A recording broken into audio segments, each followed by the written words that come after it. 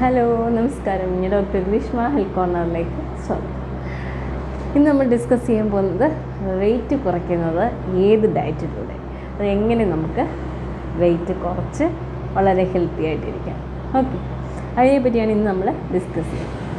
ഈ weight loss കൊണ്ട് തന്നെ നമുക്ക് പല രോഗങ്ങളും മാറ്റാം വിത്തൗട്ട് മെഡിസിൻസ് ഒന്നുമില്ലാതെ നമുക്ക് ഈ ഒരു നമ്മുടെ കണ്ടീഷൻസ്, അതായത് especially thyroid, ovarian disease, PCOD, fibroid, പിന്നെ അതുപോലെ തന്നെ ഏറ്റവും പ്രധാന കൊളസ്ട്രോള്, പിന്നെയുള്ളത് ലിവർ, ഫാറ്റി ലിവർ, ഇതെല്ലാം നമുക്ക് മാറ്റാം. ഇതെങ്ങനെ മാറ്റാം എന്നതിനെ പറ്റിയാണ് ഇന്ന് നമ്മൾ ഡിസ്കസ് ചെയ്യുന്നത്. അപ്പോൾ നമ്മൾ രാവിലെ എഴുന്നേറ്റാൽ സാധാരണഗതിയിൽ വെള്ളം കുടിക്കുന്നവരുണ്ടാകാം, ഇല്ലാത്തവരാണെങ്കിൽ 2 ഗ്ലാസ് വെള്ളം കുടിച്ച് ശീലിക്കുക. ഓക്കെ, 2 ഗ്ലാസ് വെള്ളം രാവിലെ എഴുന്നേറ്റ് വരുമ്പോൾ തന്നെ 2 ഗ്ലാസ് വെള്ളം കുടിക്കാം. അതിൽ വേണമെങ്കിൽ നിങ്ങൾക്ക് താല്പര്യമുണ്ടെങ്കിൽ ഫ്ലാക്സ് സീഡ് എന്ന് പറയും, ചണവിത്ത് എന്ന് പറയും. അപ്പോൾ ഇത് യൂസ് ചെയ്യാം. 1 സ്പൂൺ എടുത്ത് വെള്ളത്തിലോട്ട് ഇട്ടിട്ട് ഒന്ന് അടച്ച് വെക്കാം.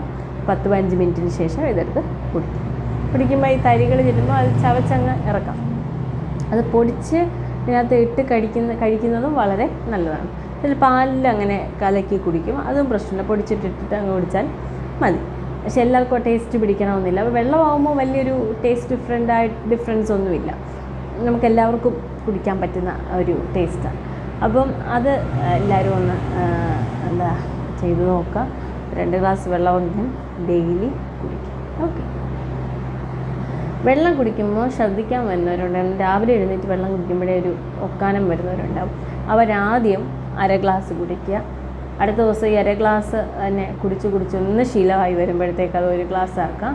പിന്നെ പതിയെ 1.5 ഗ്ലാസ് ആക്കുക, 2 ഗ്ലാസ് ആക്കുക, അങ്ങനെ ചെയ്യാവും. ഓക്കെ, ചിലപ്പോൾ രാവിലെ എഴുന്നേറ്റ് അങ്ങനെ ശീലമില്ലാത്തവരാണെങ്കിൽ പെട്ടെന്ന് അവർക്കൊരു നോസിയ വരും, വോമിറ്റിംഗ് വരാനുള്ള ഒരു ടെൻഡൻസി ഉണ്ടാവും.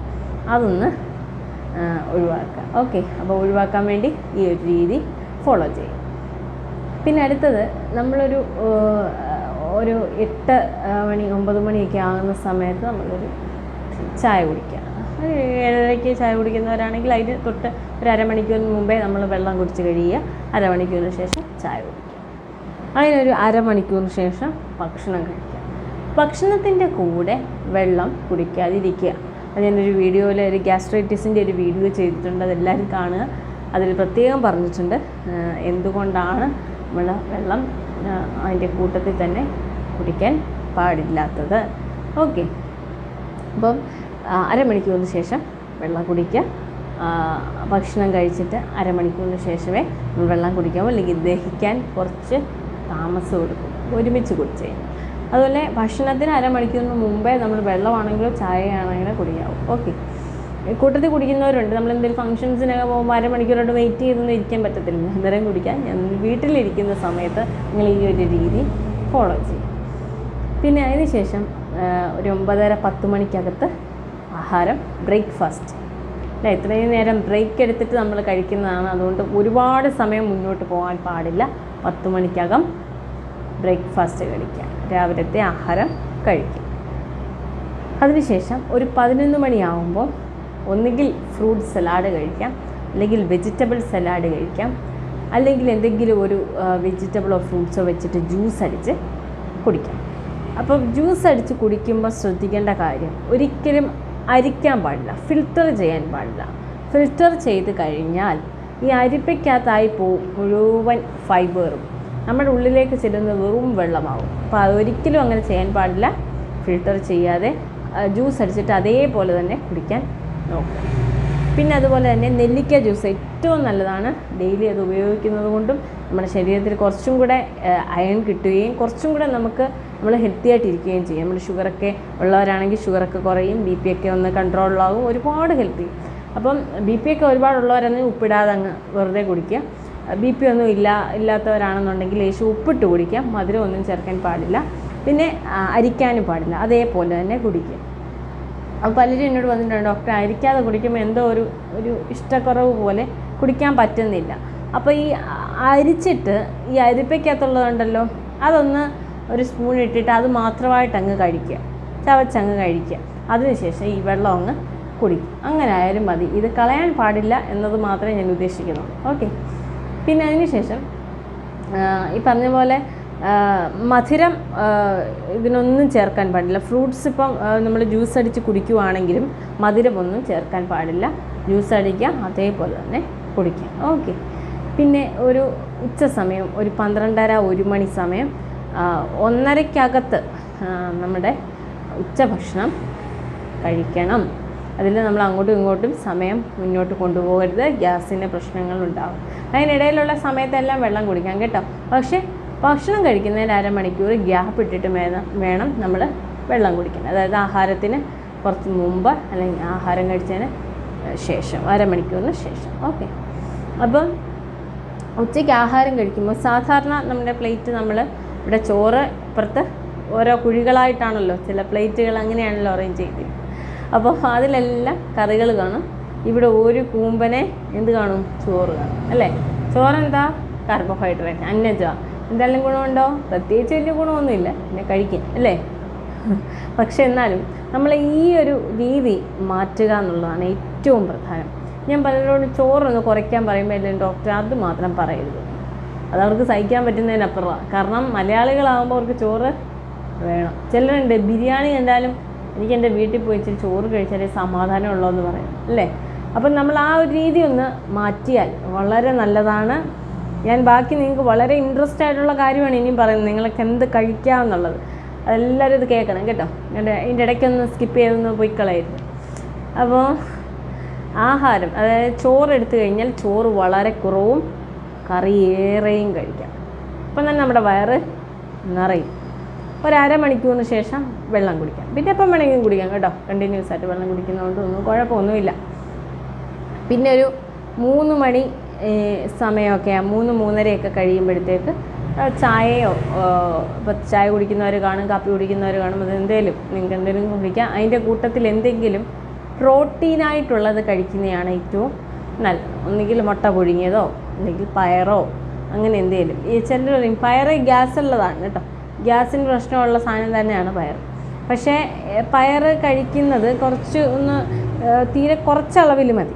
ഇപ്പം ഗ്യാസിൻ്റെ പ്രശ്നങ്ങളൊക്കെ ഉള്ളവർ ഒരുപാട് കഴിയാൻ ഞാൻ പറയത്തില്ല, കുറച്ചളവ്. പക്ഷെ നമ്മുടെ ഉള്ളിൽ അത് ചെന്നാൽ വളരെ നല്ലതാണ്.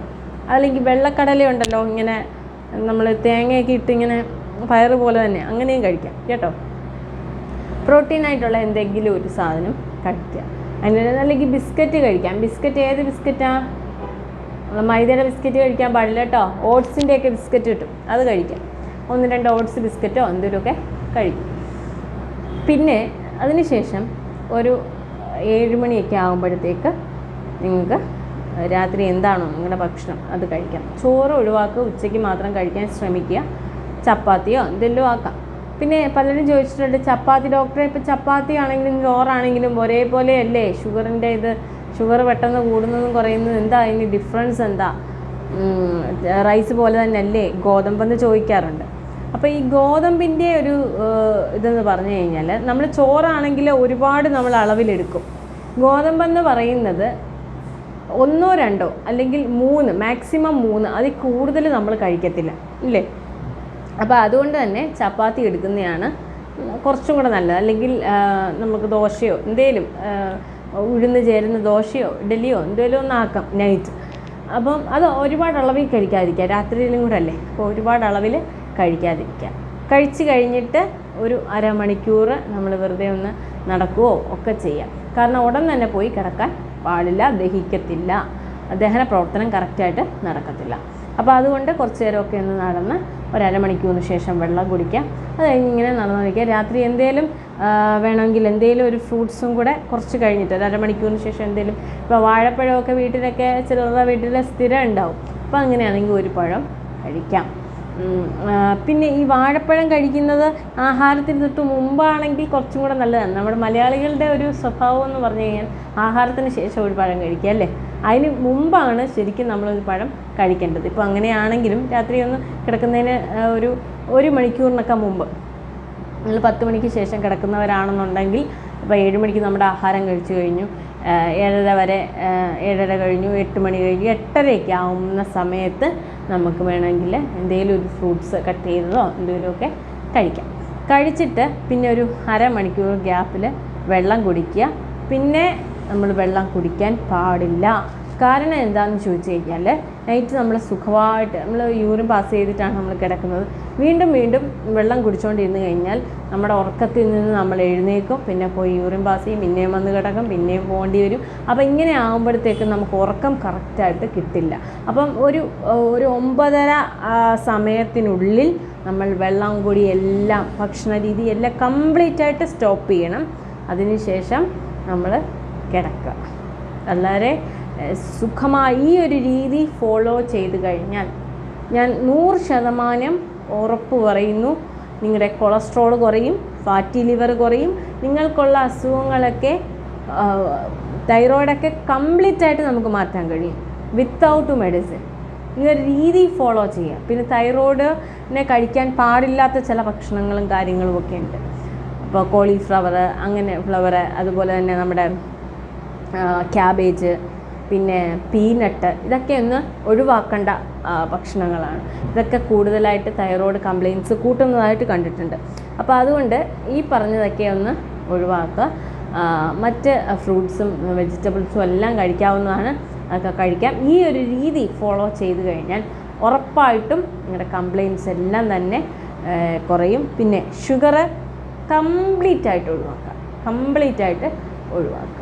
ഓക്കെ, ഇതൊക്കെയാണ് ഇന്ന് ഞാൻ ഡയറ്റ്, അതായത് എങ്ങനെ നമുക്ക് ഡയറ്റ് എടുത്തുകൊണ്ട് നമുക്ക് വണ്ണം കുറയ്ക്കാം. അപ്പോൾ ഈ പറഞ്ഞ പോലെ ഈ ഡയറ്റ് ഫോളോ ചെയ്താൽ വളരെ നല്ലതാണ്. പിന്നെ പലർക്കും സംശയം, ഡോക്ടർ ഇപ്പോൾ കുറേ പ്രാവശ്യം കഴിക്കാൻ പറയുന്നുണ്ടല്ലോ. രാവിലെ കഴിച്ചു, പിന്നെ 11 മണിക്ക് കഴിച്ചു, ഉച്ചയ്ക്ക് കഴിച്ചു, വൈകുന്നേരം കഴിച്ചു, രാത്രി കഴിച്ചു, പിന്നെ എങ്ങനെയാണ് കുറയുന്നത്? പക്ഷെ നിങ്ങൾ കഴിക്കുന്ന അളവ് വളരെ കുറവാണ്, പക്ഷെ ചെല്ലുന്നത് വളരെ പ്രോട്ടീനായിട്ടുള്ളതും അതുപോലെ തന്നെ വളരെ ഫാറ്റായിട്ടുള്ള കാര്യങ്ങളും ഒക്കെയാണ് നമ്മുടെ ഉള്ളിലേക്ക് ചെല്ലുന്നത്. അത് വളരെ നല്ലതാണ്. പിന്നെ പലർക്കും ഉള്ളൊരു സംശയം, ഓയിൽ, ഏത് ഓയിലാണ് ഡോക്ടറെ യൂസ് ചെയ്യേണ്ടത്? നമ്മളിപ്പോൾ ഫ്രൈ ചെയ്യുകയാണെങ്കിലോ അല്ലെങ്കിൽ എന്തെങ്കിലും ഒരു കറി വെക്കുകയാണെങ്കിലോ ഏത് ഓയിലാണ് യൂസ് ചെയ്യേണ്ടത്? അപ്പോൾ ഈ പറഞ്ഞ പോലെ ഓയിലൊന്നും നിങ്ങൾ വലിയ ടെൻഷനും കാര്യങ്ങളും ഒന്നും അടിക്കേണ്ട. ഓയിൽ കാരണമൊന്നുമല്ല നിങ്ങളുടെ കൊളസ്ട്രോളൊക്കെ അങ്ങ് കൂടുന്നത്, ഷുഗർ തന്നെയാണ്, കാർബോഹൈഡ്രേറ്റ് തന്നെയാണ് കാരണം. ഫാറ്റും പ്രോട്ടീൻ്റെയും ഒക്കെ ഡെഫിഷ്യൻസി കാരണമാണ് മാരകമായ അസുഖങ്ങളൊക്കെ വരുന്നത്. അതുകൊണ്ട് നിങ്ങൾക്ക് ബീഫാണെങ്കിലോ ചിക്കൻ ആണെങ്കിലോ എല്ലാം കുറച്ചൊരു അളവിൽ കഴിക്കുന്നത് കൊണ്ട്, റെഡ് മീറ്റ്സൊക്കെ പാടെ ഒഴിവാക്കാൻ പറയുന്നില്ല, കുറച്ചൊക്കെ കഴിക്കാം. റെഡ് മീറ്റ്സ് വളരെ നല്ലതാണോ എന്ന് ചോദിച്ചാൽ അല്ല, പക്ഷേ എന്നാലും ഒരു ഇഷ്ടം തോന്നുന്നവരുണ്ടല്ലോ, ഇതിനോടൊക്കെ താല്പര്യമുള്ളവർ, അവരൊക്കെ കുറച്ച് കഴിച്ചെന്ന് പറഞ്ഞാൽ കുഴപ്പമില്ല. നിങ്ങൾ ഒഴിവാക്കേണ്ടത്, കംപ്ലീറ്റായിട്ട് നിങ്ങൾ ഒഴിവാക്കേണ്ടത് ഷുഗറാണ്, കാർബോഹൈഡ്രേറ്റ്, അന്നജമടങ്ങിയ ഭക്ഷണമാണ് നിങ്ങൾ ഒഴിവാക്കേണ്ടത്. ഏറ്റവും പ്രധാനപ്പെട്ട ഒന്നാണ് വ്യായാമം. അപ്പോൾ ജോലി ചെയ്യുന്നവരൊക്കെ ആണെന്നുണ്ടെങ്കിൽ രാവിലെ ഒരു 20-25 മിനിറ്റോളം നിങ്ങൾ ഈ ഒരു വ്യായാമത്തിന് വേണ്ടി ഒന്ന് മാറ്റി വെക്കാം. യോഗ ചെയ്യാം, അതുപോലെ തന്നെ എക്സസൈസുകളൊക്കെ ചെയ്യാം. പിന്നെ നടത്തമാണ് ഏറ്റവും നല്ലത്. നിങ്ങളുടെ വീടിന് ചുറ്റും ഒരു 2-3 റൗണ്ട് ചുറ്റിയാലും മതി. അതല്ലെന്നുണ്ടെങ്കിൽ റോഡിലിറങ്ങി നടക്കുക. ഈ പറഞ്ഞ പോലെ രാവിലെ സമയത്തൊക്കെ ആണെങ്കിൽ വളരെ നമ്മൾ സൂക്ഷിക്കണം. കയ്യിലൊരു വടിയോ എന്തോലും ഒന്ന് കരുതണം കേട്ടോ. ഇപ്പം എൻ്റെ പട്ടിയുടെ ശല്യമുണ്ട്, പന്നിയുടെ ശല്യമുണ്ട് അല്ലേ? പിന്നെ അതുകൊണ്ട് തന്നെ നമ്മൾ രാവിലെയൊക്കെ പോകുമ്പോൾ കയ്യിലൊരു വടിയും കൂടെ ഒക്കെ കരുതി നടക്കാനൊക്കെ ഇറങ്ങുക. ഓക്കെ, 10-20 മിനിറ്റോളം നടന്നു കഴിയുമ്പം തന്നെ വളരെ നല്ലതാണ്. വൈകുന്നേരവും അത്രയും സമയം ഒന്ന് ചിലവഴിച്ചാൽ നല്ലതാണ്. പിന്നെ പറ്റുന്ന പോലെ തന്നെ നിങ്ങളൊരു സമയം, ഒരു അരമണിക്കൂർ ദിവസവും നിങ്ങൾ മാറ്റി വെക്കണം. അത് ഏറ്റവും പ്രധാനമാണ്. ഇപ്പോൾ വീട്ടമ്മമാരൊക്കെ ആണെന്നുണ്ടെങ്കിൽ നിങ്ങൾ രാവിലെ ഒന്ന് നടക്കുക, ഉച്ചയ്ക്കൊന്ന് നടക്കുക, വൈകുന്നേരം ഒന്ന് നടക്കുക. ഇപ്പോഴത്തെ ഉച്ചയ്ക്കൊന്ന് നടക്കാനുള്ളത് നടക്കില്ല, കാരണം ആ ചൂട് കൊണ്ട് തന്നെ നമ്മൾ താഴെ വീഴും. അപ്പോൾ അതുകൊണ്ട് ഉച്ചയ്ക്കൊന്നും നിങ്ങൾ നടക്കണ്ട. ഞാൻ നല്ലൊരു തണുപ്പുള്ള കാലാവസ്ഥയിൽ ചെയ്യുന്നതാണ് പറഞ്ഞത്. ഇപ്പോഴത്തെ കാലാവസ്ഥയിൽ ആർക്കും ഉച്ചയ്ക്കൊന്നും നടക്കാൻ കഴിയില്ല. അപ്പോൾ രാവിലെ സമയത്ത് നടക്കുക, വൈകുന്നേരം നടക്കുക. ഓക്കെ. പിന്നെ വീട്ടമ്മമാർ പറയാനുണ്ട്, ഡോക്ടറെ എനിക്ക് എന്താണ് ഇങ്ങനെ കൊളസ്ട്രോൾ വന്നത്? ഞാൻ ഇത്രയും ജോലികൾ ചെയ്യല്ലേ? ശരിയാണ്, നിങ്ങളെല്ലാ ജോലികളും ചെയ്യുന്ന, ഒരു വീട് നോക്കുന്നത് നിങ്ങളാണ്.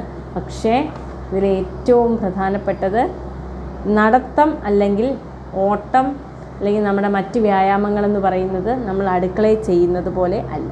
അപ്പം നമ്മുടെ ശരീരം വിയർക്കുന്ന രീതിയിൽ നമ്മൾ ചെയ്താൽ മാത്രമേ അതിനെ വ്യായാമമെന്ന് പറയാൻ കഴിയത്തുള്ളൂ.